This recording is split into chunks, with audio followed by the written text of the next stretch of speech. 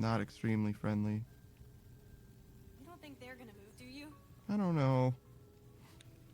Oh, hey, a rat. Perfect. Ah, cubic device, just what I needed. You get out of here. Hey, don't you fucking run from me. Hey, you get over here. Got him. All right. One rat defeated. Nothing. It's gotta be so much worse than nothing. I'm gonna be honest.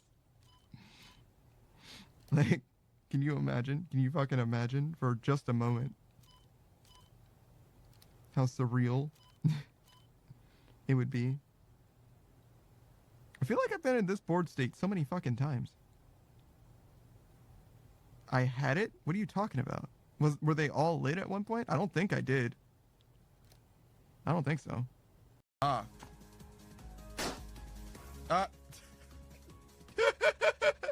did not. Of all the things that I thought was gonna happen there, the bubble popping with the most, like, that was very, very funny to me. Okay, great. Oh, I should have used the heal. I forgot.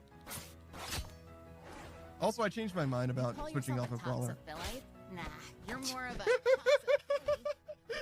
Oh my god, I can't believe you said that. He jumped all the way over there to use the bowstring.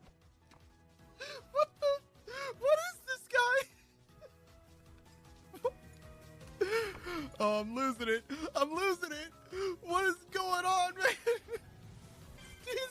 He's obviously an archer, but he's not. A little door stuck. A little stuck. Can you jump over it? Maybe. I wouldn't even try. So no, I would say I can't jump over it. I wouldn't. Yeah, I wouldn't say you could jump over it. I can't move. I know. I know. So, any other topics you guys? Yeah, any other topics you want to talk about? Have you ever gotten a soft block in Hogs of War before? I haven't. Yeah. So just me then. You might get See, more powerful. I think I understand why this game is so unforgiving. Well, I've never seen this before in my life. Yeah. Well, now Neither you have I. have. Well, clipping this and putting it on the Hogs of War Discord. Oh wait, I think I can move. Here's a I good. I wish I knew about this when I was a kid, by the way. Like, how easy is that? So fucking easy. Well, but for a human it is. Let's get it.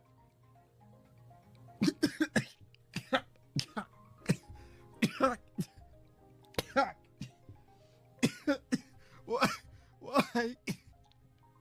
What is happening? I'm dying. Help. Oh god. I think I just choked on my own spit. Oh god, that was terrible. Oh god, it's fine. I'm better. I'm fine. Hello. Sometimes, in a place you don't actually live in can still feel like home. Alright. I'm gonna store all my snacks.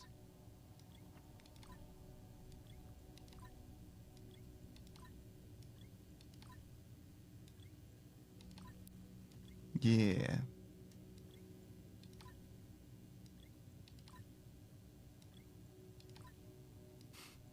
Man, anybody who calls this cargo lift is going to be so excited. They're going to be like, oh god, I hope there's something useful. Oh, look! Chips! Yeah. Great.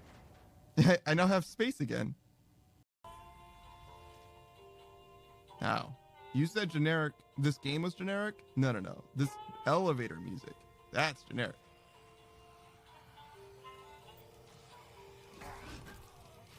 Damn it. Oh my god. It's...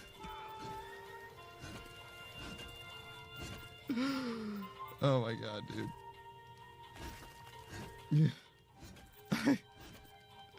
I tried to go back. I tried to go back to medical, but the door didn't close quickly enough. God damn it, man. My feelings. Oh, that's not good.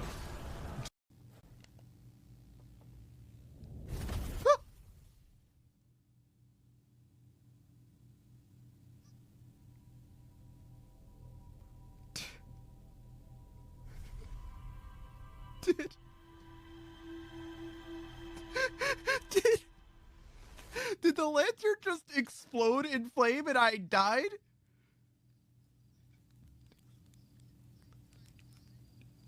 Just doing it in a straight line back and forth, yeah.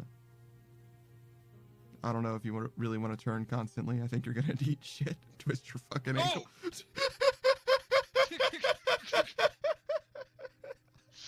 Did you catch that? Yeah. Yeah. Fuck.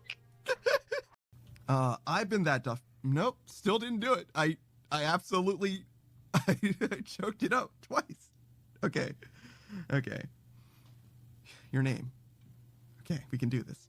All right. Lend me your energy, everyone. All right. I've been that tough. That's not what my name is. That's not it. Oh no. Okay. No. How could this happen to me? All right. Let's do improv, Panda. You start. Okay. What do you want to like role play, or do you just want to talk through a situation? You come into my store, ask me a question. Okay. Sir, do you have any sausages here? No, get out.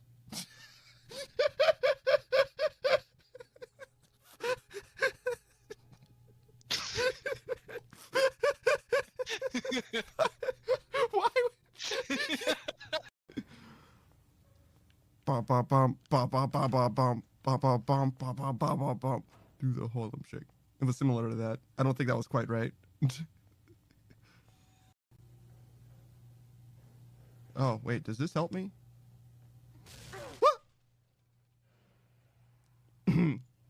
So I remembered that there was a floor that fell through, but I was wrong about which one it was.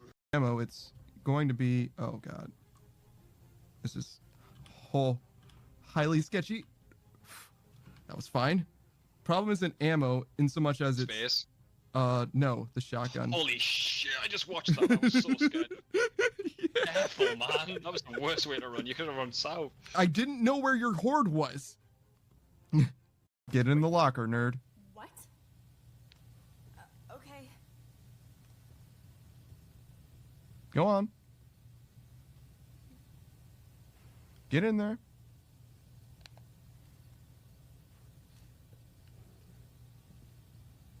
There you go. Nerd. All right. Yeah.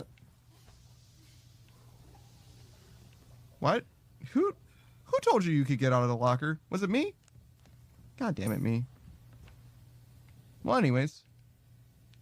We got them. Now that there's the no build thing is like is he gonna blow himself up? Like God, I hope so. Freaking aim! Nope. No. It's gonna kill someone though. No, I think that they live from that.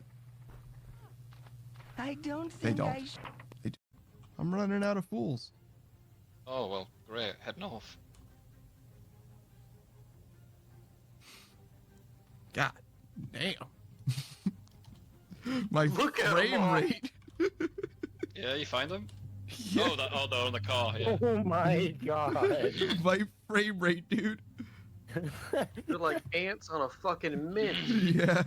God. Did you like leave the siren on or something? What the hell is that? Ready? And 3 and 2 and 1 and yo, what up, What up, Ligma? What up, fuck, Ligma, dude. dude? Oh man, How you guys doing? I fucked it all up. Scuffed entry into the stream. I fucked it all up. What up, Ligma? What were we trying to say? I was trying to say YouTube. I just wanted to say You accidentally said Ligma? kind of. What's wrong with you? I'm sorry. I'm sorry. Train James to rob banks, is that what you're gonna tell me? Yeah. Fucking hell, shut up, Panda. I swear to God, sometimes you're so pedantic. I don't think pedantic means what you think it means. Oh, why? Well, you Why correctly are you just proved my being point. abstinent, Panda? Yeah, stop being abstinent, dude. Stop being absinthe. Oh God. Oh, hey, dude. Oh, fuck. I thought I was gonna die from a car in Zomboy.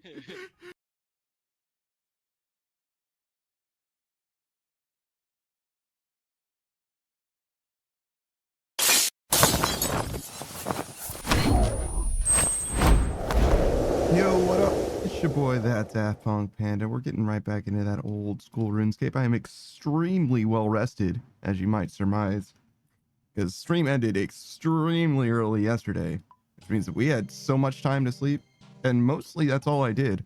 I ended up staying up a little. Let's see. I think the stream ended at like 3 or something like that, but I went to sleep at like, I don't know, like 4 or something like that, and woke up at like 9. Then I started watching, I can't remember what it was. It was like, there were a few different YouTube videos. I'm like halfway through. Never Knows Best is one of my favorite YouTubers actually at this point. He does like extremely thorough deep dive content where he'll talk about like an entire genre of gaming or whatever. And it's been really nice actually. Hey Agatha, what's up, dude?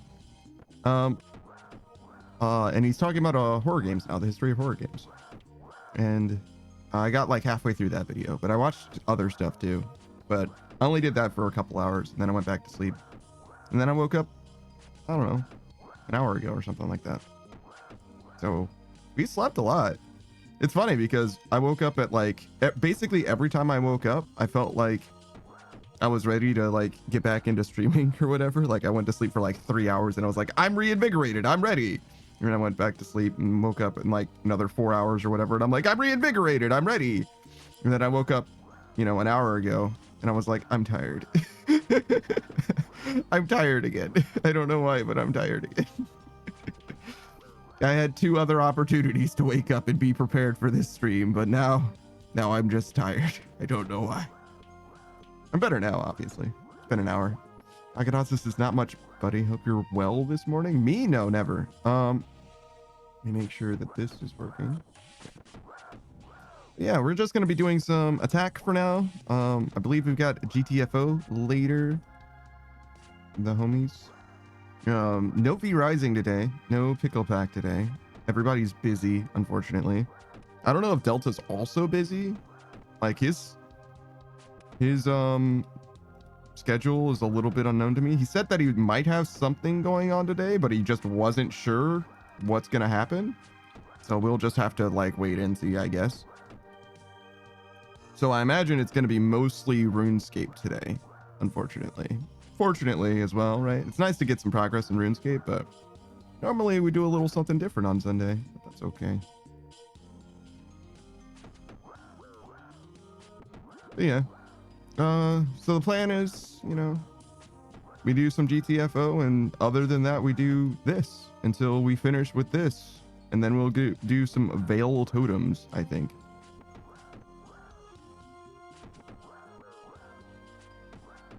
Every time I say Veil, I think of Ruby. I don't know if it's actually called Veil Totems. I think it is, though. I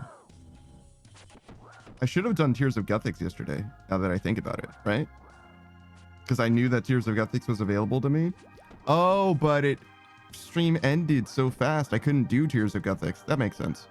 I might have also just forgotten about it a little bit as well, to be fair, but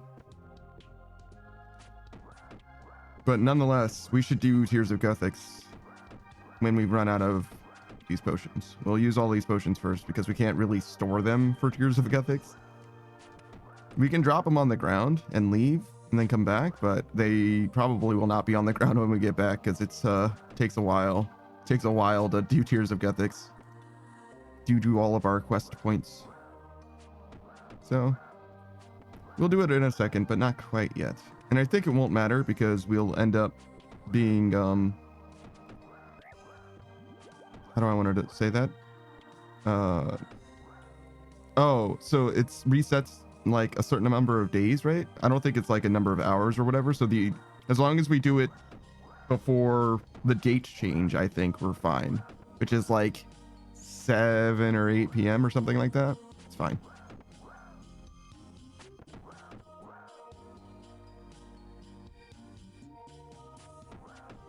Churros, just how's it going? Fine, I guess. Only just started stream. You gotta give it time. I don't know yet. Maybe it's terrible.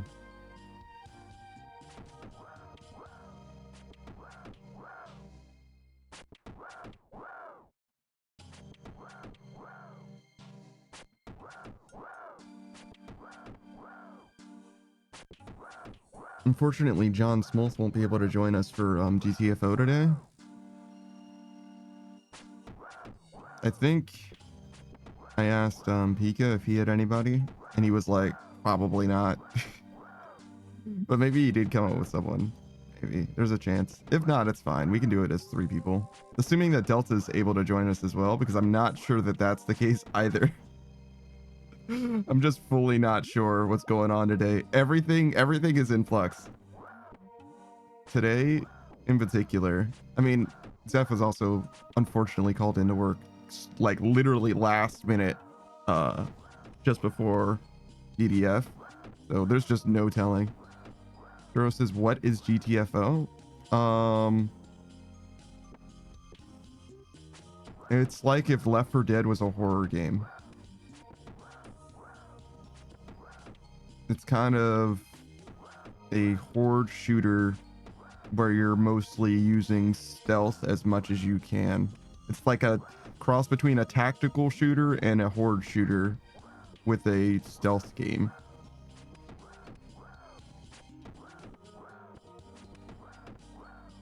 Sure, that seems adequate. If you were playing Ready or Not, but through a laboratory in a Resident Evil game.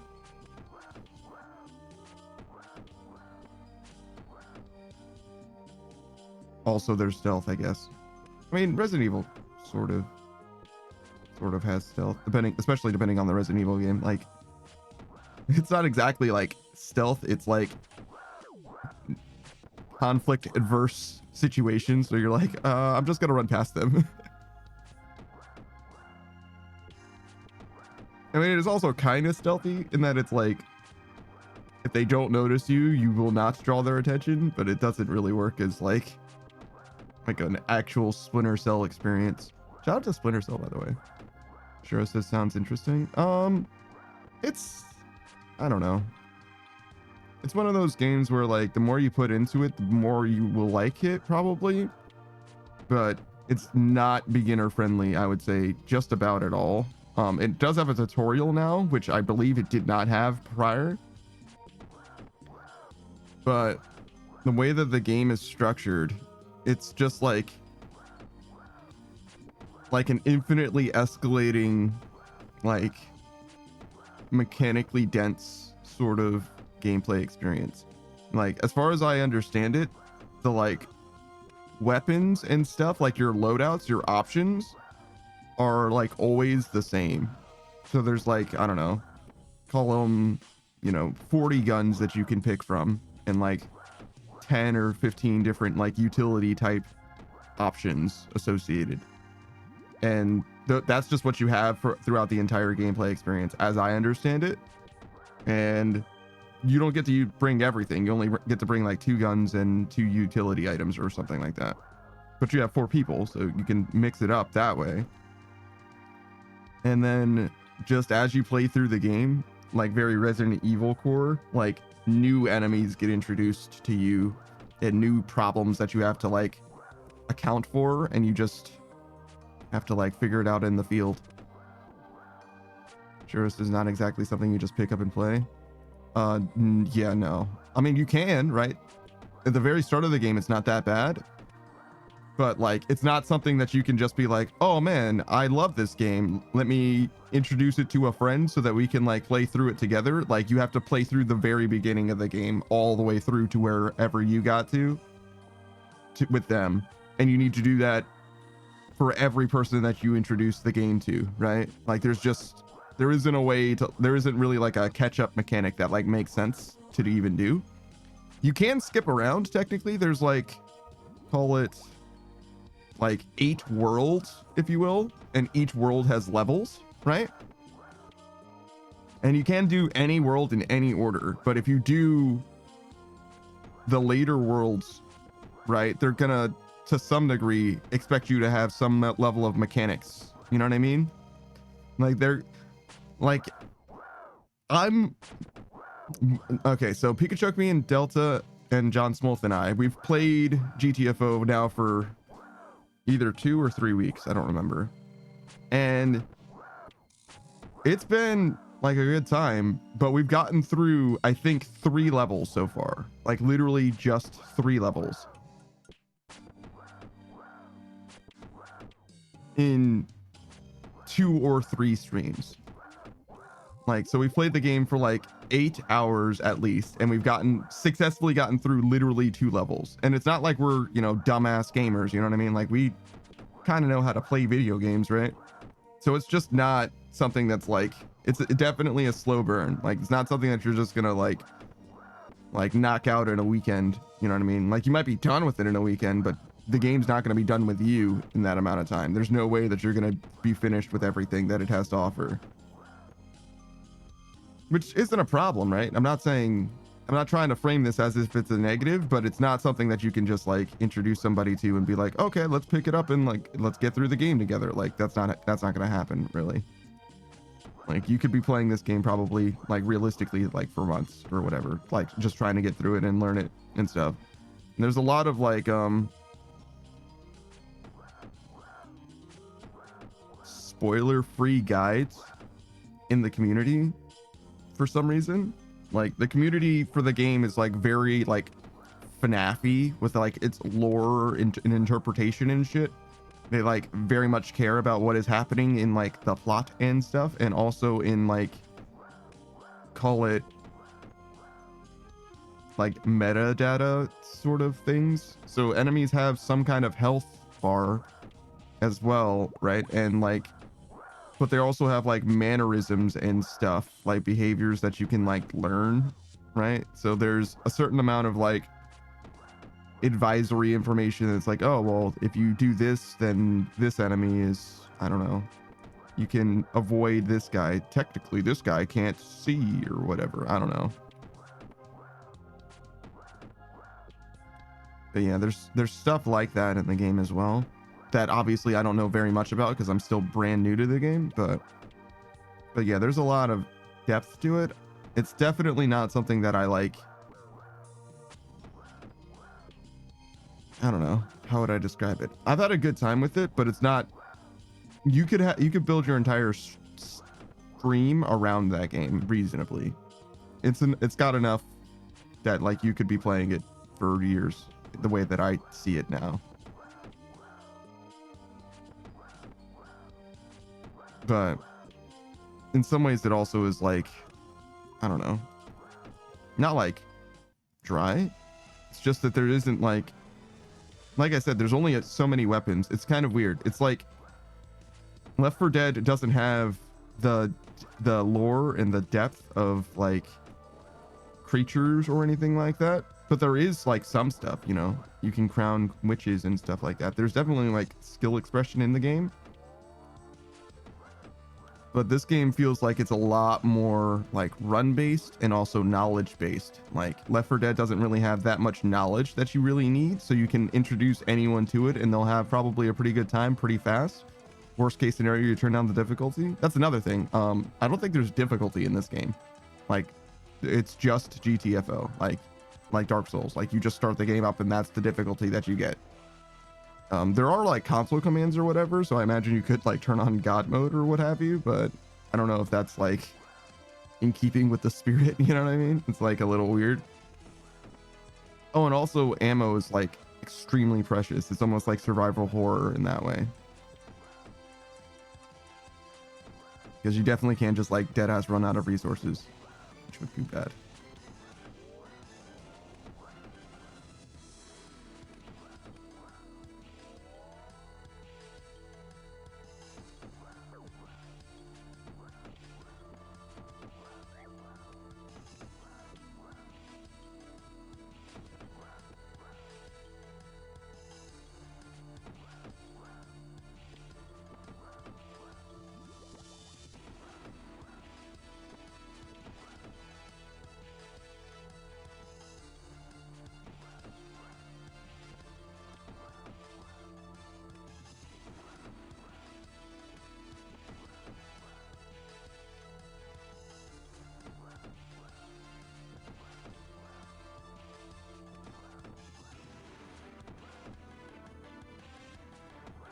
I'm pretty sure I got a cheesesteak yesterday.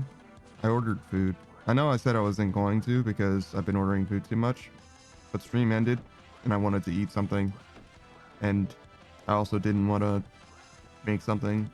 And I figured if I ate a lot of food, I would probably be able to sleep a lot easier, which I don't know if that like panned out exactly, but I definitely did sleep a lot.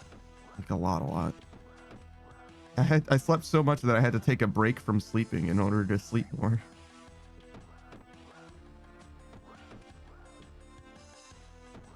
It's weird that I only remember the YouTube video that I basically just was watching, but to be fair, it's like a 2.5-hour YouTube video, the Never Knows Best one. And I watched it like for probably like 20 or 30 minutes and then went to sleep and then like woke up in the middle of the night and watched it for like another 40 minutes or something and then went to sleep and then woke up. And just now I was watching it like, I don't know, 20 minutes ago for like another 20 minutes or something like that. So it's like, it's been the thing that I've been like revolving my life around recently. It's been a constant fixture in my life. I don't know what I'm going to do without it. You know what I mean?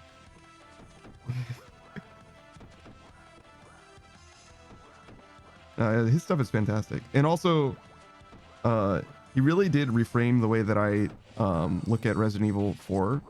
Because for the time, Resident Evil 4 really was truly a horror game. The way that we look at it now, it isn't a horror game really at all. But it truly was a horror game at the time. Because, like, it's like a different kind of horror game. I think the reason why we don't look at it as a horror game now is because so many games copied it, basically, such that like that kind of innovative style that they were doing for the time is now just ubiquitous for like action games or whatever. Where it's like you're too empowered in that experience to consider this a horror experience.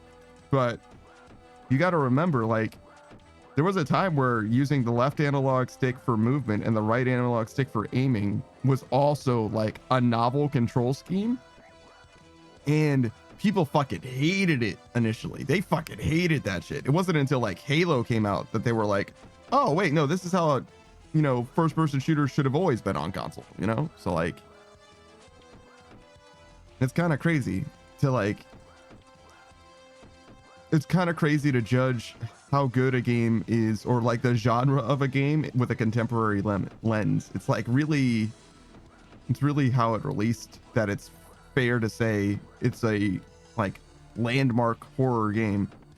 Like, because other games that wanted to be horror games would copy Resident Evil 4, which doesn't make sense from like a modern perspective. Like, you wouldn't consider it even, well, looking back, right, you probably wouldn't even consider it a horror game at all. So like, if you were making a horror game, it's like, why would you start with Resident Evil 4? That's crazy. It's like trying to make a cake, but the first thing that the first ingredient that you use is like catfish. Like, what the fuck? I mean, that doesn't belong in a cake, dog. What are you doing?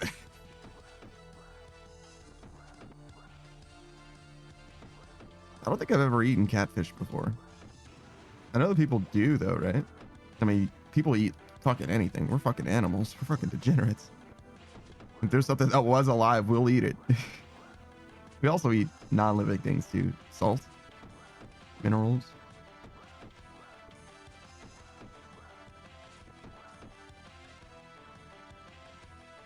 I think most of the stuff that we eat, though, was alive. It's like Milk and honey are like the two things that aren't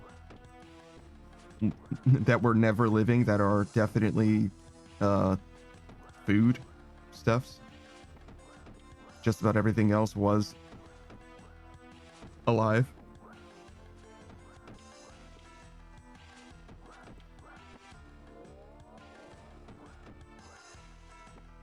And both of those things obviously they were created by living things and bees and cows.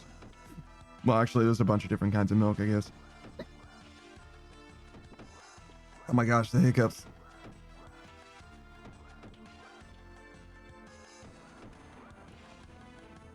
I feel pretty settled in now. This is RuneScape. We're doing it.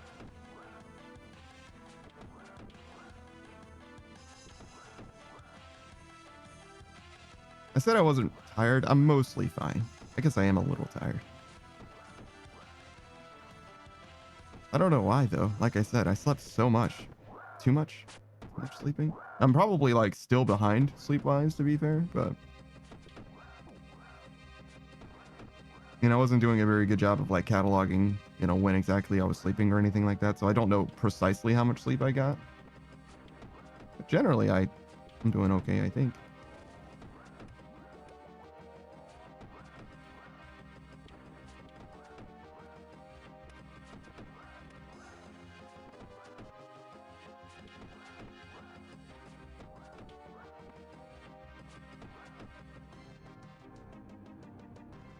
I do kind of wonder, like, how I'm doing overall, though. Like, the idea of, like, video games having gauges for, like, like The Sims, where there's the gauges that tell you, like, this is how you're doing, and these are the things that you need. Like, shit, it would be so nice. Like, oh, is that what my problem is? That I'm vitamin D deficient? Or I need better interior decoration? That's what I need in order to be fulfilled as a sim. My social meter is at an all-time low. Like, oh, that makes sense, I guess.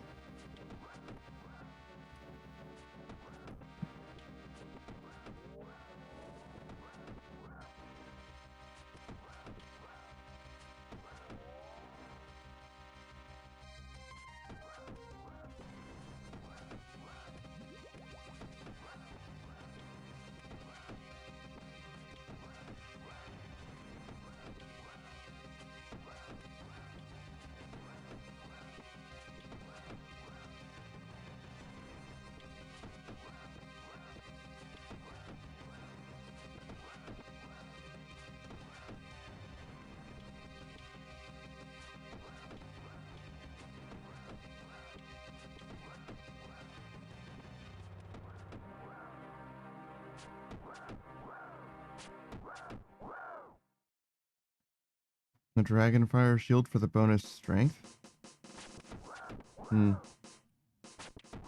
Redo says, I considered EDF as the easiest to pick up and play. What are you talking about? Have you played another video game before? Like, no.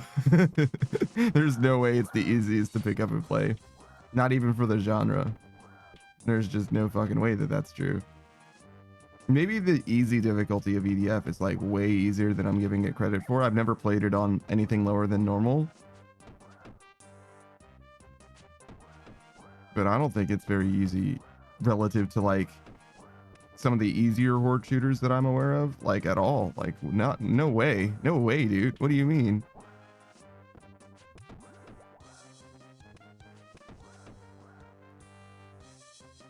There'll be a whole like fucking sea of ants, dog. That's definitely not that easy. Loretto says EDF doesn't have the seniority problem that Helldivers has. Why are you comparing it to Helldivers? I wouldn't say that Helldivers is a particularly accessible, horde shooter type game either.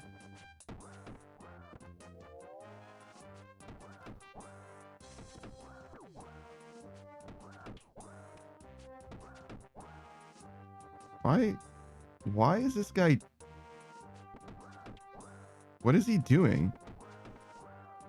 I don't understand. Like, every time he comes through, he'll kill, like, I think he's boss slaying. I don't think he's killing these Nagua. Like, I think he's doing the boss in this area. But also, hey, what's up, Aeroto? But every time he comes here, he'll kill like 1 or 2 sulfur Naguas, and then he'll just like peace out. See, he's gone again. Why?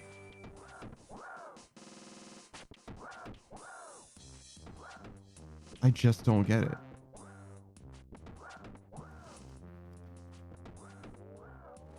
These guys don't have anything worth getting unless you need the collection log. They have sulfur blades, I guess.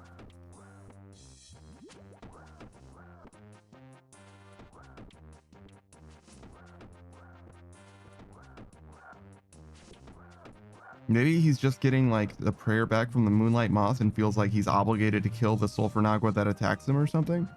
It's very weird. I mean, it doesn't like matter, right? Like, it's okay for him to kill just like one of these guys. I don't care, but like, it's just so strange that he would like stop what he's doing in order to kill one of these dudes. Or just at least it doesn't care about who's been around so long. There's gear no one else can get ever again, which is the core problem with live servers.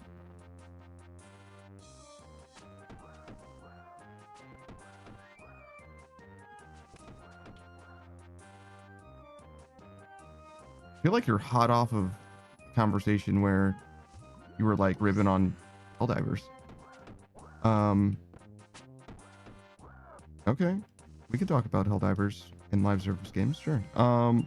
At least it doesn't care about who's been around so long. There's gear no one else can get ever again, which is the core problem with live service. That can be a core problem with live service, sure. I don't think it's the core problem with live service. I think when you're talking about live service games, FOMO is a thing, but usually FOMO only applies to cosmetic things rather than anything else. And we're talking about Helldivers in particular. It's interesting that you think that FOMO is such a core problem, because as I understood it, it's been a long time since I played Helldivers 2. And you were talking about Helldivers 2. The original Helldivers didn't have any of this, I don't think, but I'm not 100%. I've never played that one, but my homies were deeply invested in that one. And they've never mentioned like battle passes or anything like that in that game. I thought it was just a fully flushed out game that just existed. It's a very different POV as well. But nonetheless, I believe you're talking about Helldivers 2, particularly its war bonds. But I believe that the war bonds are universally available, right? So like you can just get a war bond if you want it. And that's where like the gear, meaning weapons and armor and stuff, right, exist. But you can get them in any order that you want, and they're all eternally available, as I understood it, unless something changed. Eredo says, same can be said with modern Monster Hunter games, as some event exclusive gear is no longer obtainable. Maybe that it is true, but like right now, I don't know of any events in Monster Hunter Wilds that are exclusive, like that were timed exclusive and not available. There were timed exclusive events, right? But they recently brought back the Arc-Tempered Raid Owl, I believe, which is the only one that I'm aware of that was timed exclusive and also like ended. But it's back now, and I think it's back now, and it's supposed to be permanent. I'm not 100% on that, but that is my understanding. But more to the point, I don't really see that as being that big of a deal. Most of the time, gear in Monster Hunter specifically is like not that important as far as like what timed exclusive gear does. Like I've never been like, oh man, I need to get this particular thing. Usually I'm not even aware of gear that is time exclusive to begin with, just the way that Monster Hunter is designed. So it's not even like, oh man, I missed out on that timed exclusive event that would get me this thing. Cause like my gear sets are never like that finely tuned to begin with. Like I feel like that's not exactly representative of the like bulk experience that most people have with Monster Hunter. Like there's definitely the people who, you know, optimize the game to the point where they need exactly the right thing in all of their different gear slots in order to do exactly what they're trying to accomplish. Shout out to Emerald. but I feel like the vast majority of people that play those games play them to the credits and then they're done. Ereto says World and Rise are primary examples of that problem. I have banned people who wear them regardless as gear or layered armor. That is quite unhinged of you. Like you've done a timed event. How dare you? Okay. World and Rise are primary examples of that problem. I don't recall either of those games having timed events. I'm gonna be honest. I just don't know of those things. I do know that they had a lot of events, more so World than Rise, but I didn't know of any of them as being timed, to be honest. I thought that you could load up Monster Hunter World right now and go and fight the behemoth, for example. I don't know that you can still fight the Rathalos in Final Fantasy 14, but I also don't know if like you need to be able to do that for that matter as well. I don't know, like, you know what I'm saying? Like, similarly in Final Fantasy 14, I don't know if there's anything that the Rathalos would give you in that game that's like, oh, woe is me, I can no longer experience this content. It's like, yeah, it would be cool if you could, but if it is shuttered, you know what I mean? If they decided that you can't do that anymore, I also don't think that I would shed a tear. It would be sad in a way, I guess, but like, whatever. It's not like you need that for progression or anything, or you need it for a particular gear set in Final Fantasy 14, right? It's just that it would be a, you know, cosmetic thing that you would like to have. Ereto says not all event quests are there when they remove their event rotation. Yeah, I understand the idea of content not being available. Not that I understood what it was that you were saying. That thing is not confusing to me. I said I didn't know that that was actually happening, right? But yeah, it's not like I've never heard of the idea of like content being removed from a game. What matters is if it affects the actual like core gameplay experience, because a lot of games, especially your MMOs and your Monster Hunters and stuff like that, can have a space for you to get something, right? You can acquire new shit that isn't core to the experience, right? Which is to say, if you didn't get that stuff, the game wouldn't be worse without it, which is why it's fine for it to be removed later if it's timed, if it's a time thing. Because again, it's not core to the experience. It's not going to detract from your experience in playing the game, at least by and large, and definitely for most people. Yo, what is up, Dante? How's it going? Just Jante 32. I know that person. So yeah, I don't know. You probably do have a point in that removing content from live service games is a bad thing. It is certainly not the worst, especially not the way that you framed it now with the examples that you've given. I would say that those are relatively benign examples of content being removed, if anything. Same applies to anything that is strictly cosmetic, where it's like, yeah, you could have had this thing if you were playing the game during it, but like, what are you gonna like punch the air? You know what I mean? Like, what's so sad about not being able to wear the funny Christmas hat? You know what I mean? Like, you're fine. You'll be okay. Jante 32 says, hey, that Daft Punk panda, I know you too. How are you, bro? I am fine, I guess. I'm a little tired, I guess, but things are okay generally.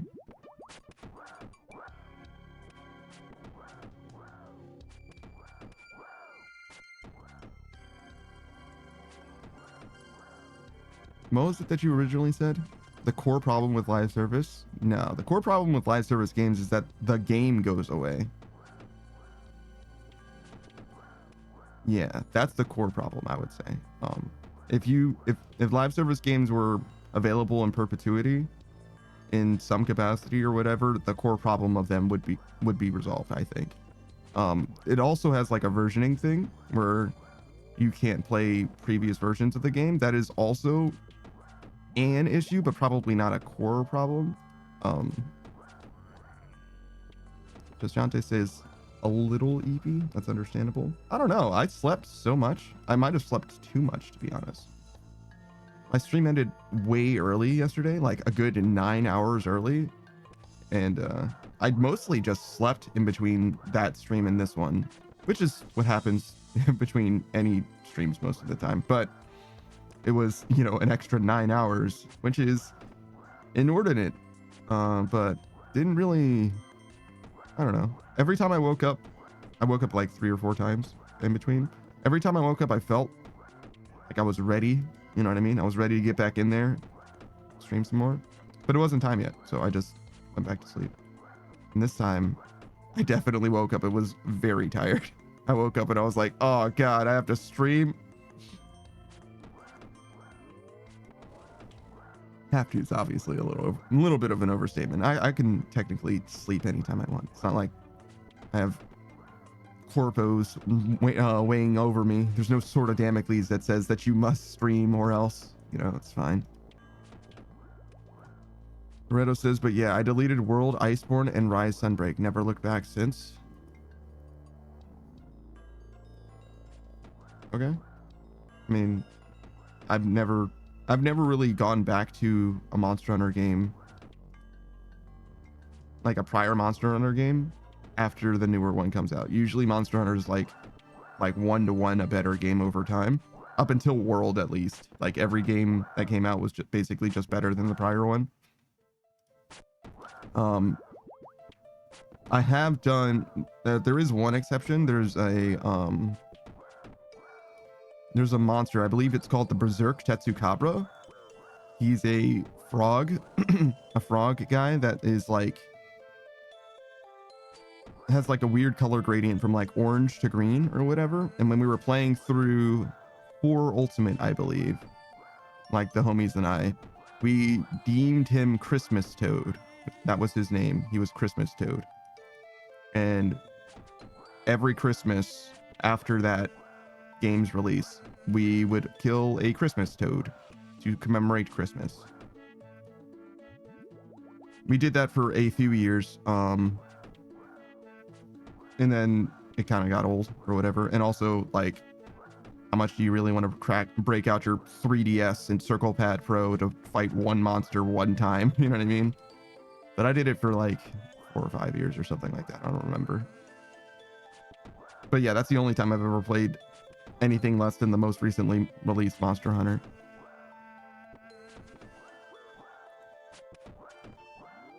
Didn't I say it was 4 Ultimate?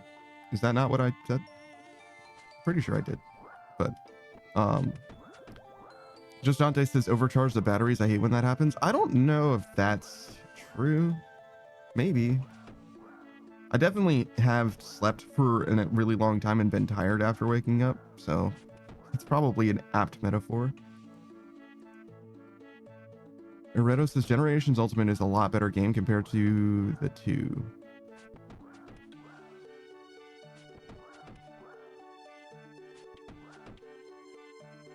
Iceborne and Rise? Generations Ultimate is better than Iceborne and Rise.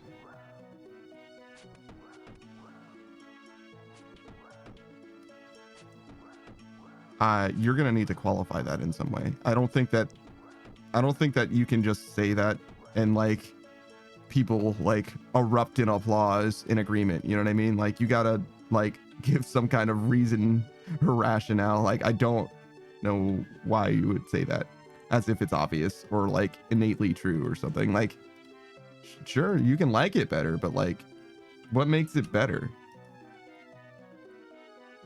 I mean, for example, right? I really like World's direction. I feel like World does a lot for the game.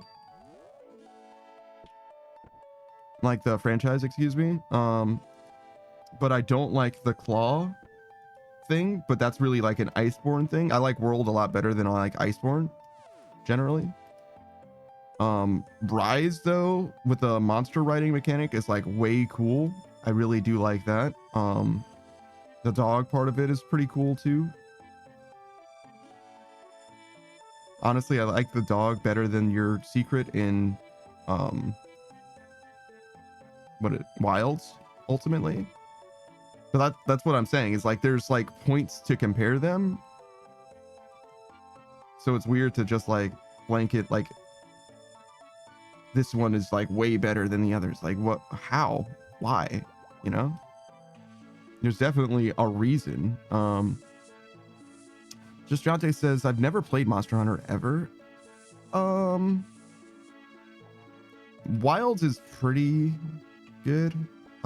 People were very excited for it as well. Nowadays people aren't playing it as much. So if you wanted to try a Monster Hunter game, I would suggest trying Monster Hunter Wilds when it inevitably gets like a big DLC drop. Because people are probably going to return to the game then. And then you'll be able to play with all of your friends, and it'll be very easy for you to catch up to where they are in the game, probably. If it's anything like any other Monster Hunter game, it'll be very, very fast for you to catch up to them and experience it. If you're not interested, though, that's fine. It's not for everyone, definitely. So I definitely wouldn't feel like you need... I wouldn't feel like you're obligated to experience Monster Hunter as like a gamer, you know what I mean? It's not one of those types of games where it's like, oh, well, if you've never played a Monster Hunter game, you're not even a real gamer. I wouldn't say that at all. You don't need to play Monster Hunter necessarily. But I've liked Monster Hunter for a very, very long time. I started with Monster Hunter 3 on the Wii, which is not the third Monster Hunter game. Monster Hunter 3 is probably like the 8th or 9th Monster Hunter game. They have like a weird thing going on. There's like a lot of in-between games, which is why Monster Hunter World is like the 5th one and Monster Hunter Wilds is like the 6th one. They kind of abandoned like the true numbering. And that's why it's been so long since the 4th Monster Hunter game, which was just 4 Ultimate in the West, I believe. I don't even think that we got the original release of 4, which is probably for the best. The whole like 2 versioning thing that they used to do was a nightmare scenario, and that's another reason why World and Rise are way better, and even Wilds in theory when that DLC drops. Having to buy the same game 2 times every single cycle was ridiculous. And actually, not even every single cycle, is every single half cycle, because Cross and Double Cross both exist. Generations and Generations Ultimate in theory both exist. I don't know if Generations per se exists without the Ultimate, because that would be the Western release. But Cross and Double Cross definitely are 2 different games. They're like the same game, but they're also distinct games. Ereto Celery says, I played 4 Ultimate and Generations without the Circle Pad Pro. I'm sorry to hear that. It's obviously more important if you're using like bow, like I was, but I think that the Circle Pad Pro makes that gameplay experience way better. There's like a little pissant novel or whatever.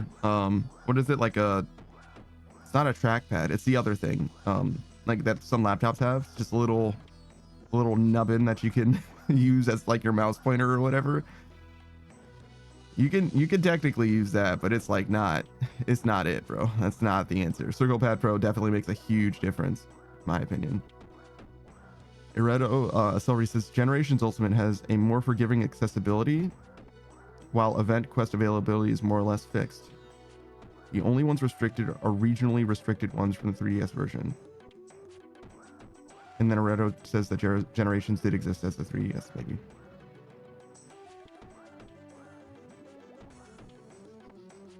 Why are you so fixated on Event Quests? Like, I genuinely don't understand. Like, that's such a small part of the gameplay. And I'm like, why is this such a big deal to you? Did you like miss out on something? Like genuinely, did something happen where like that was a problem for you? Because like Event Quests exist, sure, but like I've never been like, oh man, let me play this Monster Hunter game and do this Event Quest. Like that's the most important thing that I could be doing. Like, as someone who's played, 4 or 5 generations of Monster Hunter,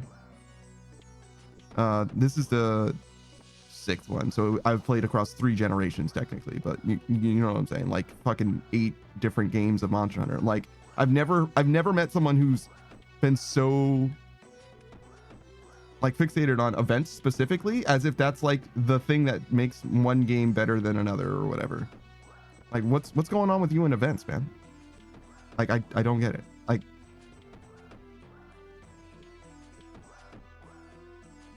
Eredo says, I've missed out because of massive work situations. Okay. Missed out on what, though? Event quests, yes, but like, what about those event quests? Like, what is the thing that you would have had from that event quest that would have made your life better in some substantial way? Or otherwise has caused the ire that you have for timed event things. You know what I'm saying? Like, I've missed probably every event exclusive thing. Not every, but like the vast majority of them. And I have not cared, even remotely. So like, what is it that I'm missing out on that you did miss out on that is like gonna change the way that I experience the games in such a way that I feel like it is a genuine injustice? You know what I'm saying?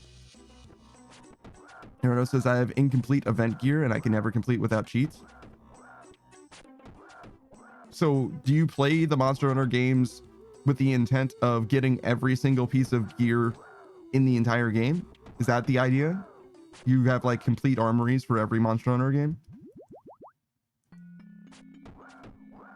I do remember that you were saying that you have played through EDF 6 to 100% completion. Hey, Supa. So is that just how you play every game? You're just a completionist? Is that the idea? Because that would make a ton of sense, right? But like, you gotta appreciate that most people are not that, right? Like most people are not even close to being a completionist. Most people don't even fucking finish games. Most people aren't even finishists. Supa says, did I miss anything? Not really. We're talking about the idea of timed content in video games in general, but particularly in Monster Hunter. So content that you only have access to for, you know, the summer of 2014, and then after that it's gone forever.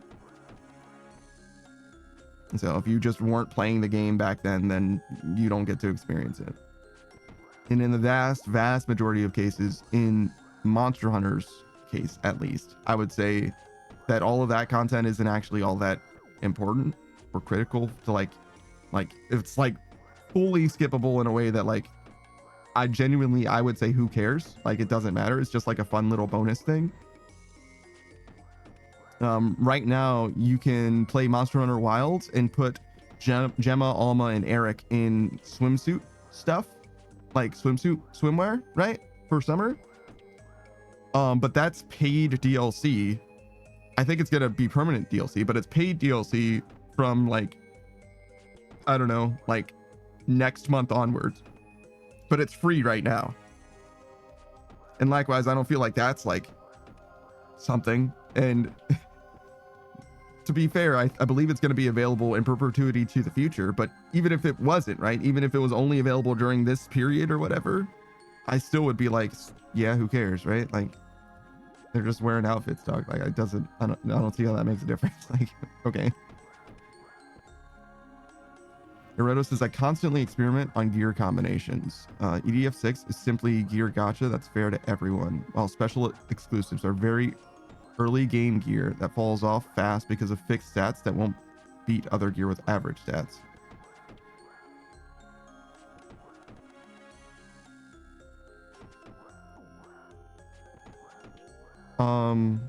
Okay.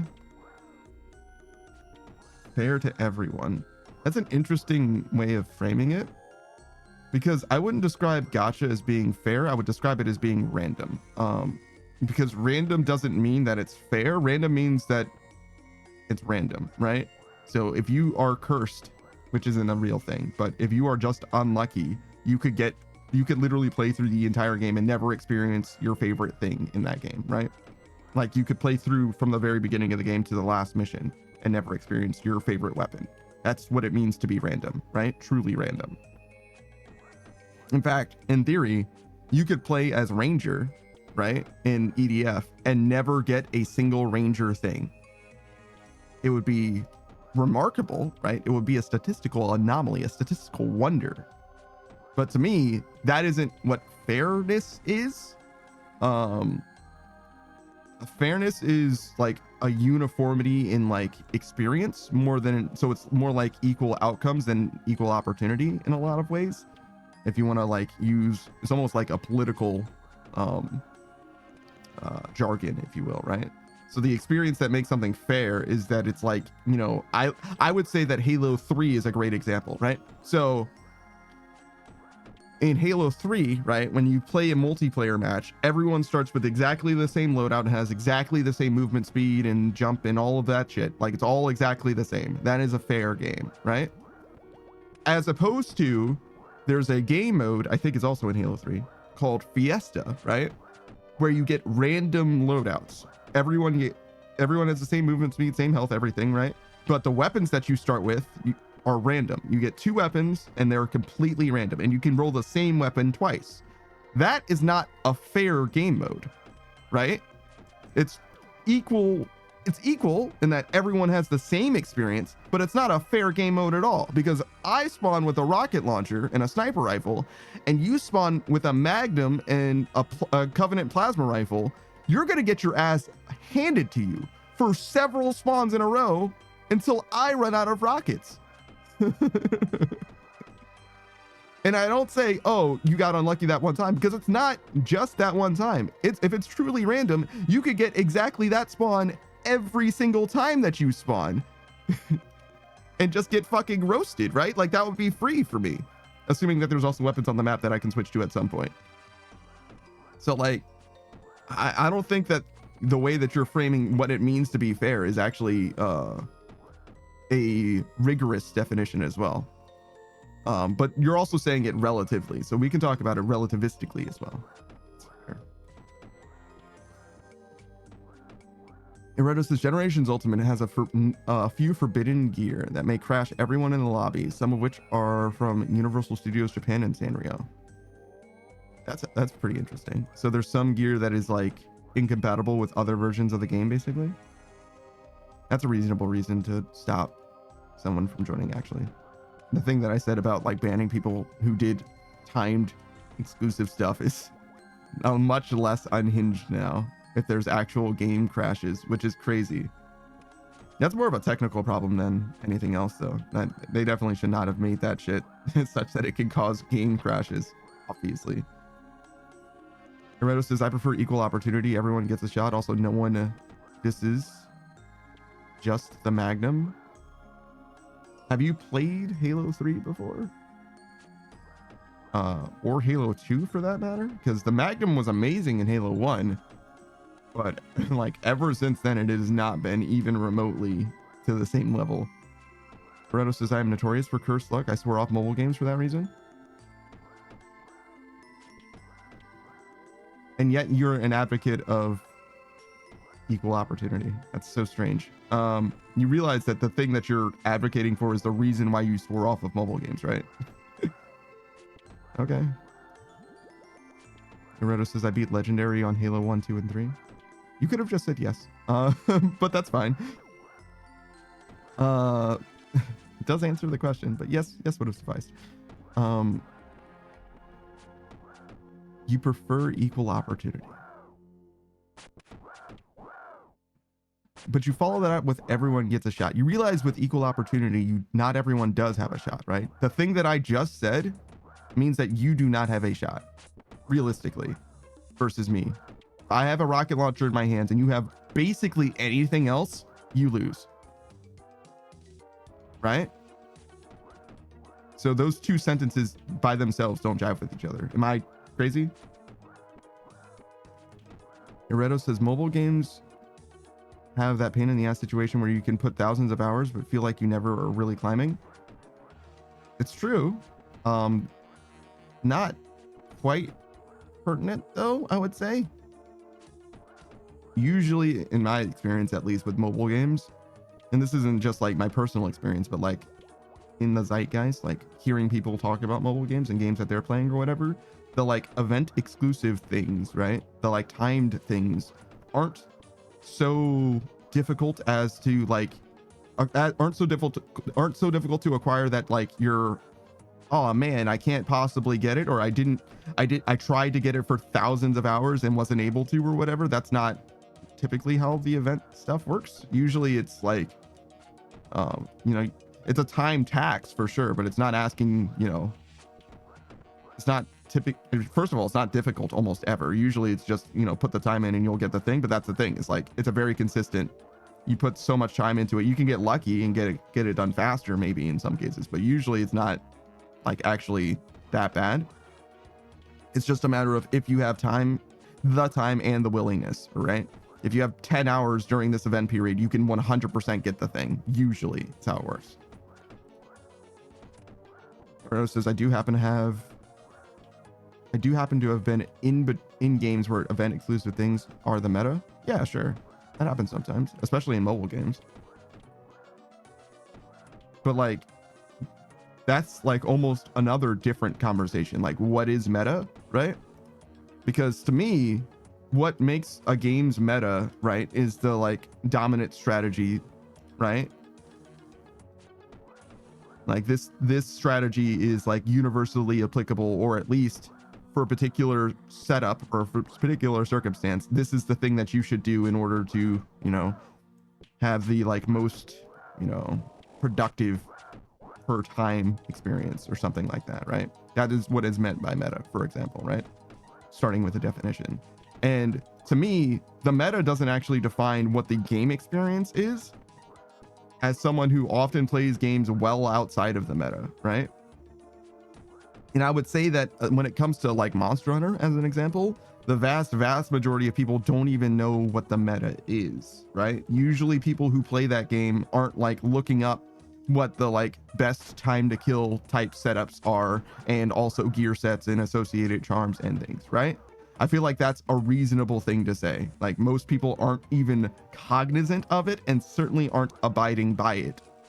So what makes the meta in that game is like fully irrelevant to the actual gameplay experience, at least for most people. And with that in mind, if there's event exclusive gear that is part of the meta, it simply doesn't matter.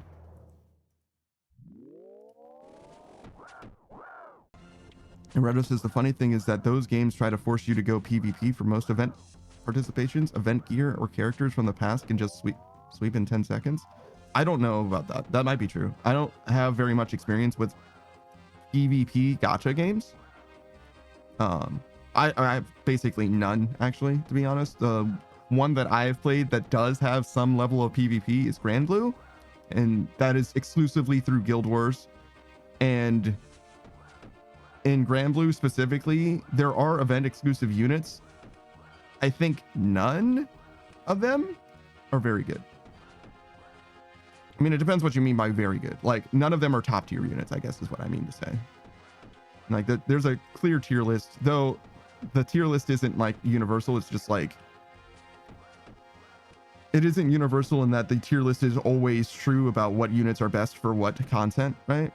It's just like a general idea of like, these units are better than these units. But there are some units that are like, every unit has its own niche.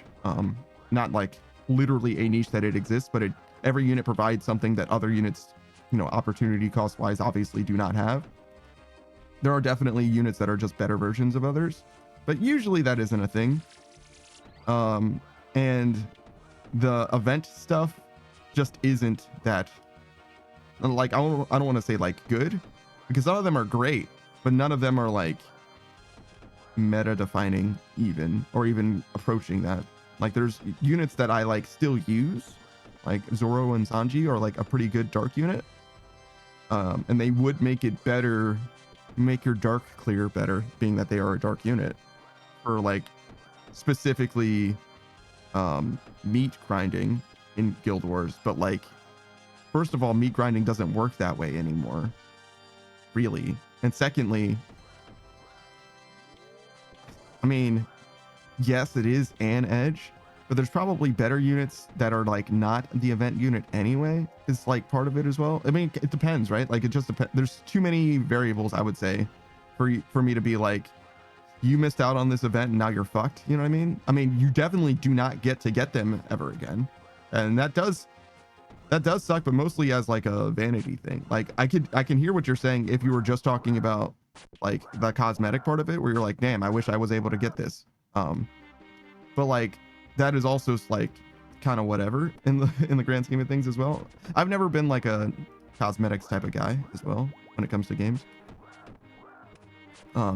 But I also am like a huge fan of One Piece, right? So like if I wasn't there for the One Piece event, I would be pretty sad to be playing Grand Blue in the year 2025 and be like, damn, I'm never going to be able to get Luffy, Zoro, Sanji, Nami, and Robin. But also, Luffy's like pretty good. He's probably the best unit of those. But like, you don't need him. I literally don't know what he does for you, like as far as like what things you can actually use him for. He's just like kind of a generally strong unit. Nami and Robin are pretty good for Siegfried, I think, which is a high level raid. But there's also the free to play unit Neon 9, who I think just like solos that fight basically. So like, you don't need her. There's a better unit that's literally free. Is kind of the thing, right? So as long as there is such a thing as like free units or otherwise always available units that are just better versions of the event unit, like I don't really see the problem. If that weren't the case, I could definitely hear what you're talking about in some capacity, but usually that's also like niched down to the point where it's like one raid where they're like good or whatever. It's like, okay, just don't do that raid. You know, it's fine.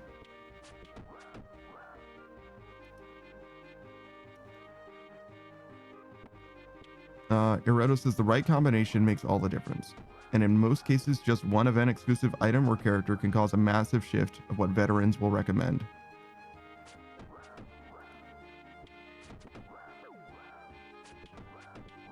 In most cases, is what you said. And in most cases, just one event exclusive item or character can cause a massive shift. I mean, I guess what you're saying is technically true if I'm like literally reading you word for word, because veterans are going to consider everything that is at your disposal. And if anything is even remotely better, right? A 0.01% benefit is a benefit, and a veteran is going to tell you to use the thing that is best, right? But there's a difference between something being better and something being substantially better, right? Like you can be statistically significant if you remember your stats classes without there being like an actual effective difference, right?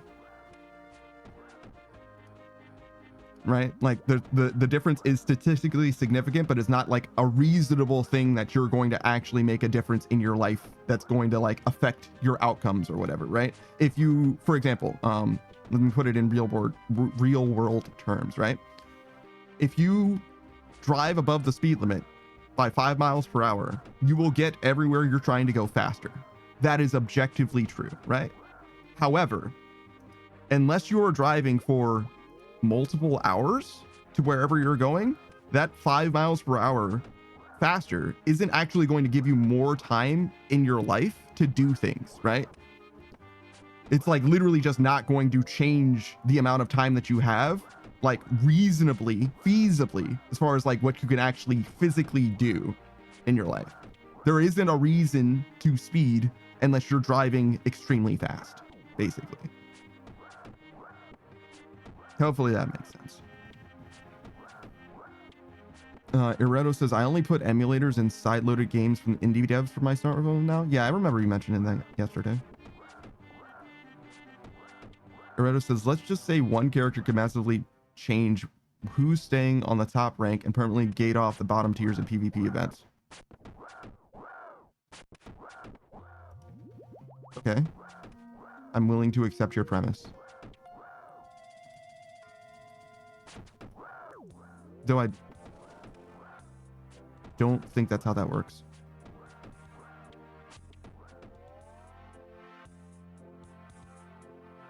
Oh, I see what you're saying. I misunderstood. Yeah, I thought you were saying one player is at the top and like stopping bottom tiers, but you're saying one character that everyone, not everyone, but a subsection of players has, and they're always going to be top tier as a result of that. That's, yeah, that would be a problem, but that's a problem of game balance more than it is anything else.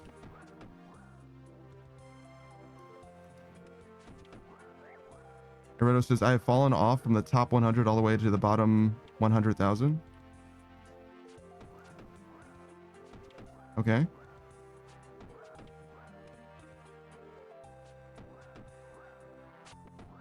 I mean, that sucks, I guess, but like, but in the grand scheme of things, like, is that like a game breaking problem to have? You know what I mean? Like, you, in most games that have like PvP elements, your rank in the game does not reflect on the game, right? So you can't say, right, in any other game, for example, Apex Legends, right? Apex Legends is dog shit because I went from being Predator to Bronze, right? That's not a reasonable thing to say. It's not a reasonable argument to have, right? Reddit says, all because I tried to enlist in the army that one time.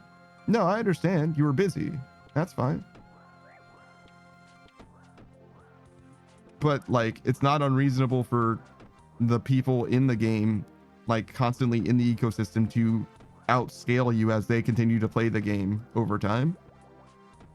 Though it would be better if they outscaled you because of the skill difference, right? As is the case in like League of Legends, right? Like, I haven't played League of Legends in realistically like 8 or something years, but I did play it a couple years ago for like a few games. But like, I'm like well removed from my peak in that game, and I'm sure that people generally are way better in that game than they were when I was playing it, such that I'm probably going to be clowned now when I used to be like pretty competitive and like better than like what, like 60 or 70% of the player base or whatever it means to be platinum. You know what I'm saying? It's like silver 2 is average, right? So if you're like are better than silver, if you're above silver 2, you're like better than 50% of people in the game or something like that, technically. But anyways, like, that part of it isn't surprising, right? Like, if you're busy, obviously you're gonna fall off in some capacity. But like, that's kind of what I'm saying, is like, the problem thus isn't so much that you're like, it's not like a skill-based thing where you like fell off of the game. It's that you lost access to something, which isn't the same, right? Like, it's as like being able to like redevelop your skill. In League of Legends, I would be able to be, you know, grind it out, lab it out, because most people don't play the game all the time. So you can play more than other people and catch up to their skill level pretty easily in most cases. So also, some people are just talented, or geniuses, if you will. That's also a thing, I suppose. Whereas like, the only way that you could really make the difference in those games is by having the units that you're missing, right? Which to me means that it's like not really a competitive game to begin with, right? And the reason why it's not really a competitive game is because the stuff that you come with, right, your preloaded configuration, puts you at an innate advantage to other people. So like, to me, if you're interested in playing a competitive game, you were playing the wrong competitive game to begin with. Hereto says, considering no one else can get it again, there's no chance. Sort of. You're sort of right in that. Being that it's a live service game, the game can evolve, right? Which is to say that the meta can change. A new character could come out that counters the existing character, for example. And if that new character isn't a time event thing, then the old character's advantage suddenly no longer exists at all. Like, literally bringing them would be like a hard counter to yourself. Like, no one would ever use it, for example, depending on how the actual PvP works. I don't even know what game you're talking about, let alone how the PvP works in that game, right? So, and telling me about the game wouldn't really help, right? I'm not trying to like explain to you why your game could be better, right? That's not the point of what I'm trying to make. But things change is the main thing that I'm saying. In the world of, I want to say, limited availability, but also like, I said limited availability, which could mean time exclusive stuff. I meant to say, in the world where you have, you know, 10 options or whatever, in a competitive space, you're going to choose the best 10 options you have available to you, right? And if one of them is a time thing, sure, I totally get how that could be a problem in a competitive space. But as the game proceeds, it's very likely that there are going to be new good things added to the game. And the only thing that matters is what the best 10 things are. So all you need is for the time thing to drop out of those best 10, and then suddenly the time thing isn't relevant anymore, assuming that it's not replaced with a different time thing, right? So it's not like the game is like permanently fucked. It doesn't work that way, not realistically at least, and like in the real world, right? Where the reason that they are able to continue to engage new people is because they introduce new things that are ostensibly better than the old things. It's kind of why power creep ever exists. It's because it's like an incentive to like keep people engaged generally, especially in like trading card games, for example. Which I wouldn't say that power creep is a good thing, by the way, not at all, but you know, it is a thing that definitely exists in the vast majority of cases where we would be talking about, you know, opportunity cost in your loadout. Ereto says, I play mostly single player games nowadays. Very few multiplayer games can light a fire in me. What do you mean by single player and multiplayer? Do you mean like competitive multiplayer? Because like EDF is a multiplayer game, right?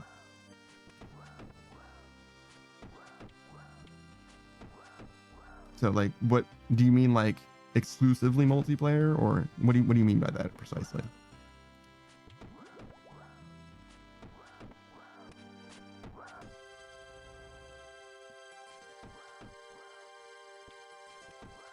Redos is both competitive and cooperative multiplayer. Okay, so you don't play multiplayer games very much at all? I mean, that's fine.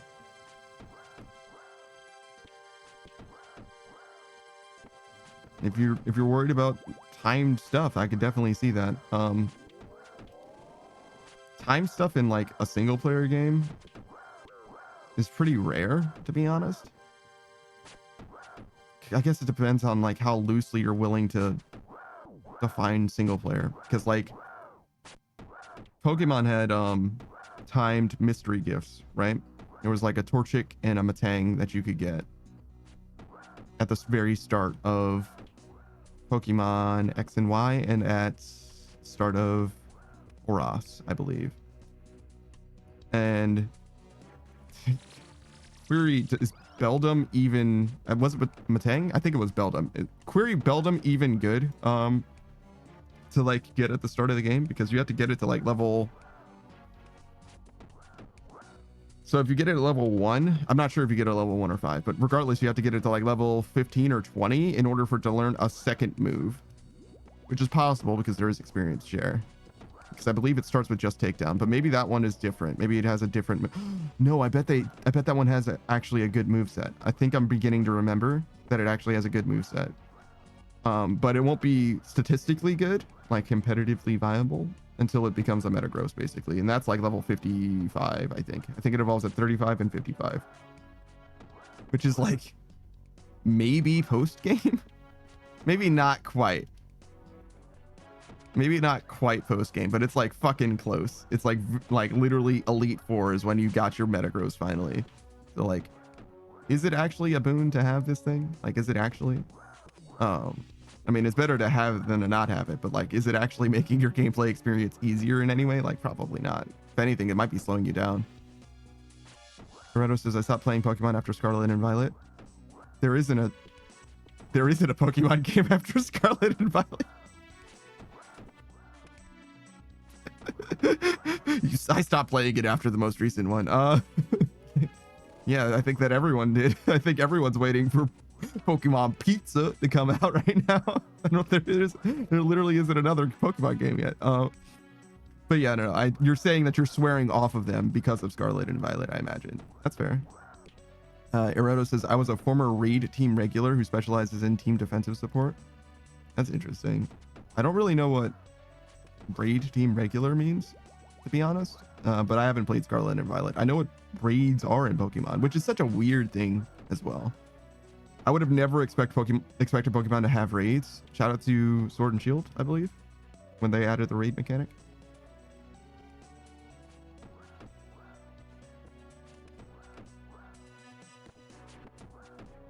X and Y, Sun and Moon, Sword and Shield, I think is the release order, and Scarlet and Violet's after.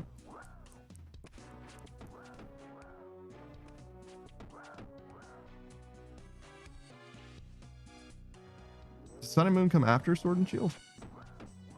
That seems correct.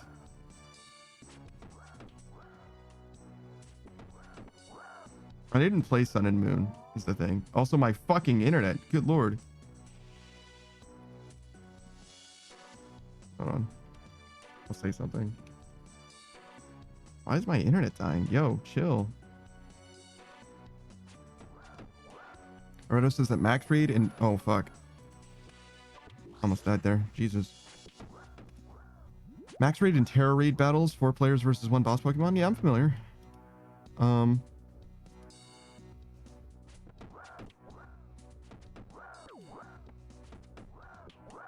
reason why I brought up the Sun and Moon versus Sword and Shield thing is because I'm trying to think. I imagine if they added raid mechanics in Sword and Shield and Sun and Moon came after, then there must be raids in that game as well. I never finished Sun and Moon. It's part of the problem. That's why it's so hard for me to place them in the chronology. I did play X and Y though. Yeah. God. Is it X and Y then Sun and Moon? Or X and Y then Sword and Shield? How would I know? Mega Evolution was in Sun and Moon, but not in Sword and Shield. That's how you know. I'm pretty sure. Is that right? Maybe it isn't, though. But I feel like it is. I know you have, what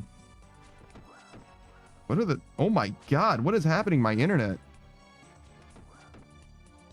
It's so early in the stream, too. It's, like, actually terrible. It's obviously not so bad that, like, I literally can't play the game, though. Maybe we'll just wait it out. Good lord, man. I've lost, like, 6,000 frames.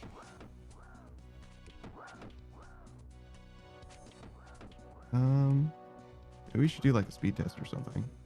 Because, like, that's crazy.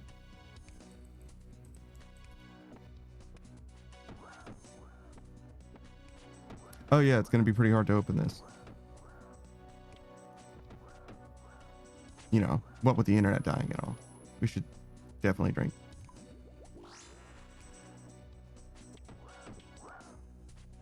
Yeah, it seems like my speed is fine. It's just OBS that's struggling. Or my upload speed? Yes, it's my upload speed. Huh.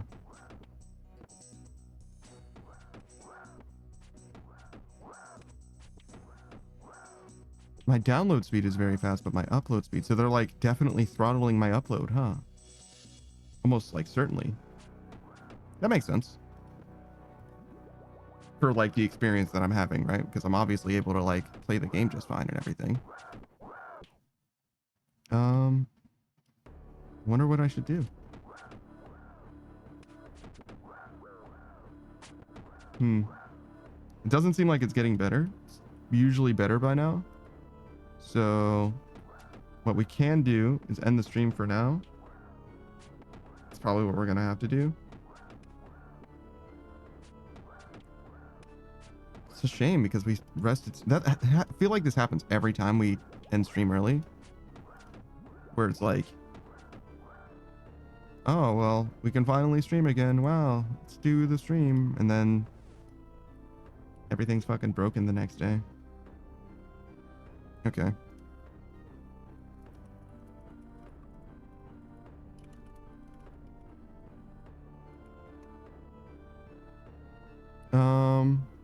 You're right. Sun and Moon is on the 3DS though.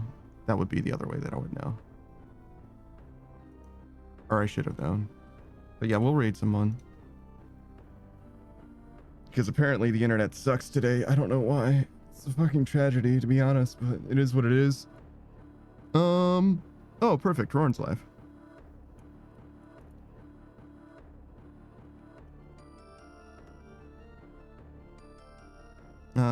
Yeah, we'll raid out to Roran. You guys know him. He's a hardcore group iron at the moment.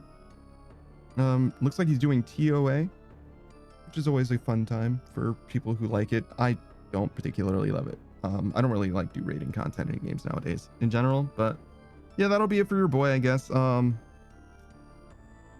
the internet's better later, but I don't know. Maybe I just won't stream for the rest of the day. We'll see. Okay, and that's it.